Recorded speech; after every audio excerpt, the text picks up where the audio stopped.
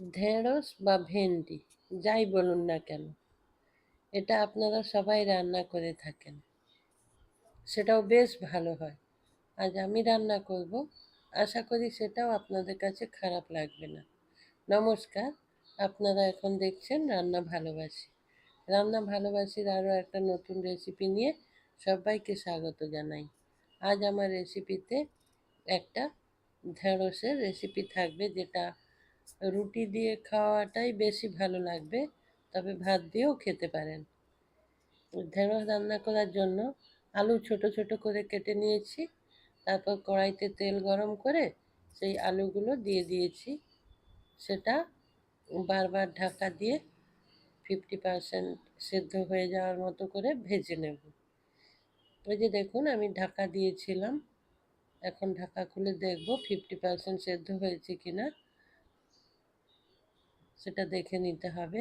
আমি সেটা দেখে নিই, আপনাদের বলি, আপনারা যারা আমার ভিডিওটা দেখতে শুরু করেছেন একটা লাইক দিয়ে দিন প্লিজ। লাইক দিয়ে ভিডিওটা কন্টিনিউ করুন। আলু এখানে 50% সেদ্ধ হয়ে গেছে। এখন ছোট ছোট করে কেটে রেখেছি ঢেঁড়স। আলু যেরকম ছোট ছোট করে কেটেছি, ঢেঁড়সটাও ধুয়ে পরিষ্কার করে জল ঝরিয়ে নিয়েছি। তারপর সেটাও ছোট ছোট করে কেটে নিয়েছি। আলুর মধ্যে এখন সেটা দিয়ে দেব। দিয়ে কিছুক্ষণ নাড়াচাড়া করব। ঢেঁড়সের এই রেসিপিতে আলু আর ঢেঁড়স এইভাবে ছোট ছোট করেই কেটে নিতে হবে। আর আপনারা যদি মনে করেন এর মধ্যে বেগুন ব্যবহার করবেন, তাহলে বেগুনও এইভাবে ছোট ছোট করে কেটে ব্যবহার করবেন, দিয়ে দেবেন, তাতেও খেতে সুন্দর লাগবে। এখন পরিমাণ মতো নুন দিয়ে দিতে হবে আর অল্প একটু চিনি দিয়ে সেটা আবার ভালো করে মিশিয়ে নিতে হবে। মিশিয়ে নেওয়ার পর আবারও 5 মিনিটের জন্য এটা ঢেকে দেব। তার আগে হলুদ দিয়ে দেব পরিমাণ মতো।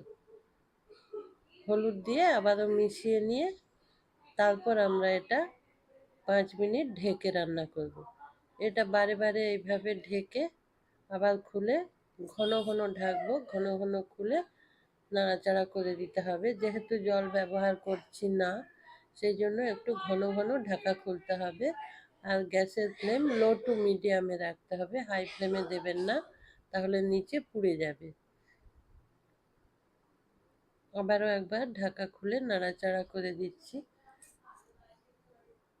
আমার যে সমস্ত নতুন বন্ধুরা আজ আমার ভিডিওটা দেখছেন, প্লিজ আমার চ্যানেলটা সাবস্ক্রাইব করে দেবেন। সাবস্ক্রাইব করে আমার পাশে থাকবেন। ডান দিকে থাকা বেল আইকনটা প্রেস করে দেবেন।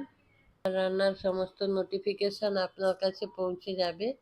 আর আমি অনেক অনেক উৎসাহ পাবো আপনার এই সহযোগিতার জন্য, রান্না করার উৎসাহ পাবো। আবারও ভালো করে নাড়াচাড়া করে দিয়েছি। আমার এই রেসিপি রুটির সাথে খুব ভালো লাগবে খেতে, আবার ডাল ভাতের সাথেও খেতে পারেন। এটা স্বাদ আরও বেশি বাড়িয়ে নেওয়ার জন্য ভেন্ডির কড়াই একটু সরিয়ে রাখলাম আর ওই উনুনে একটা তড়কা প্যান বসালাম। তড়কা প্যানে সর্ষের তেল দিয়ে দিলাম। সর্ষের তেল গরম করে তার মধ্যে হাফ চামচ গোটা জিরে দিয়ে দেব। যে তেল গরম হয়ে গেছে, এখন গোটা জিরে দিয়ে দিলাম। গোটা জিরে একটু ভালো করে ভেজে নেব।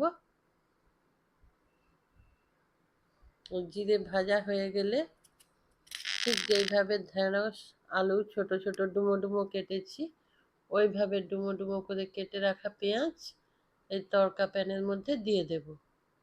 জিরের সাথে পেঁয়াজ হালকা ভেজে নেব। তার আগে কয়েকটা চেরা কাঁচা লঙ্কা এই পেঁয়াজের সাথে দিয়ে দেব। এই লঙ্কাটা যে যেমন ঝাল পছন্দ করেন সেই রকম দিয়ে নেবেন। একটু বেশি ঝাল খেতে চাইলে আরও একটু লঙ্কা বাড়িয়ে দেবেন, আর কম চাইলে কমিয়ে দেবেন। তারপর সব কিছু ভেজে নেব, কিন্তু খুব বেশি লাল করে ভাজবো না। পেঁয়াজের যখন একটা ট্রান্সপারেন্ট কালার এসে যাবে, এই যে দেখুন হালকা ভাজা হয়েছে,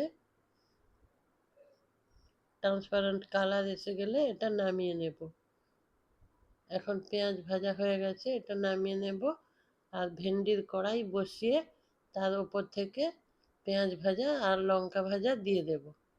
দিয়ে ভালো করে এইভাবে মিশিয়ে নিতে হবে। এটা আরও সুন্দর টেস্টি হয়ে যাবে, খুব সুন্দর এটা একটা রেসিপি।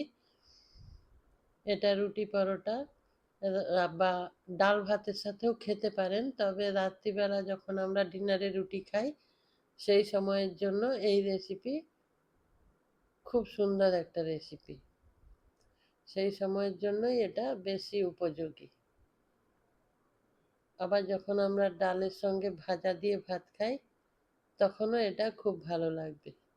এইভাবে একবার ঢেঁড়স রান্না করে খাবেন, আর যদি ভালো লাগে আমাকে কমেন্ট করে জানাবেন কেমন লাগলো। আর এতক্ষণ আমার সঙ্গে ছিলেন সেই জন্য আপনাদেরকে অসংখ্য অসংখ্য ধন্যবাদ। ভালো থাকবেন সবাই, সুস্থ থাকবেন। নমস্কার।